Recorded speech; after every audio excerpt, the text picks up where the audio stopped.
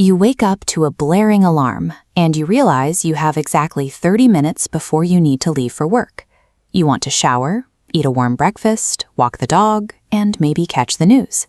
But you can't. The laws of physics dictate you only have time for two of those things, which means you have to choose. That gap right there, between the endless list of things you want to do and the very finite block of time you actually have, is called scarcity. Because of this gap, you are forced to make trade-offs every single day. That act of choosing is exactly what economics is. It exists everywhere, even when there isn't a single dollar involved. For the vast majority of human history, basic survival was a physical struggle. Today, fast forward to the modern era, and we live in societies bursting with technological abundance and immense material wealth. Yet, if you ask people around you, almost no one feels like they actually have enough. We constantly feel short on time, short on money, and stretched completely thin. Over the last century, we drastically multiplied the amount of food, housing, and manufactured goods.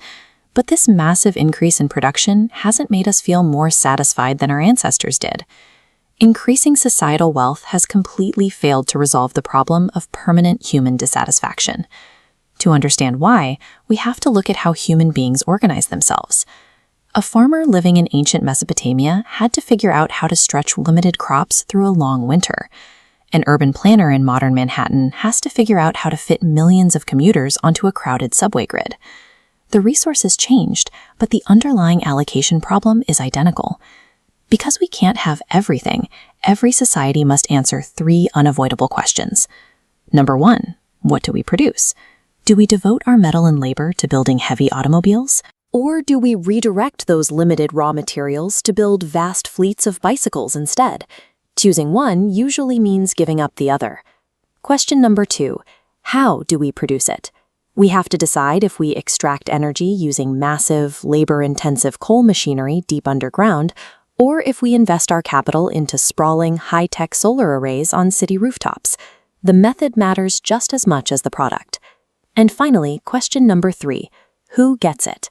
Once the goods are made, deciding whether they go to whoever can pay the highest price or get divided up equally by the state causes immense social friction.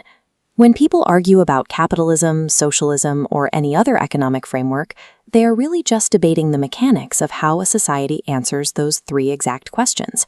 This diagram shows the most common mechanism for answering those questions: market prices. When a resource like lumber becomes scarce, the price automatically goes up, signaling consumers to use less and producers to make more. But the price system is blind to things that don't have a price tag attached, like clean air. When the normal price system breaks down and fails to manage scarcity effectively, economists call that a market failure. When markets fail, or when a crisis hits, societies pull the emergency brake. They rely on rules and rationing, stepping in to dictate exactly who gets what and how much they are allowed to take. You see this during severe droughts. A local government completely bypasses the price of water and simply legally caps how many gallons a household is permitted to use to ensure the reservoir doesn't run dry.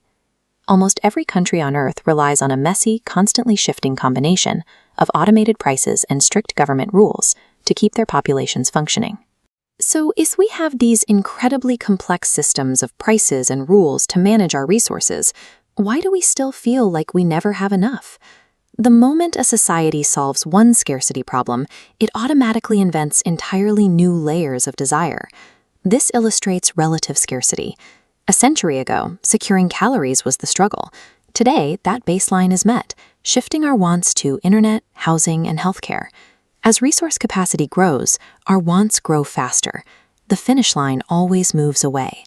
This constant mutation of desire guarantees that no matter how wealthy a society becomes, it will never be able to produce enough to satisfy every demand its citizens can dream up. Scarcity is the permanent, unchangeable baseline of reality, regardless of how advanced our technology or political systems become. We live in a physical universe, bound by strict limits on time, space, and energy, but we possess human minds capable of infinite imagination. That mathematical gap can never be closed, which brings us right back to your morning routine. You will always have more things you want to do than you have minutes in the day. Economics is the tool we use to manage that reality. It's how we navigate our permanent dissatisfaction, using the logic of choice to decide what matters most when we can't have it all.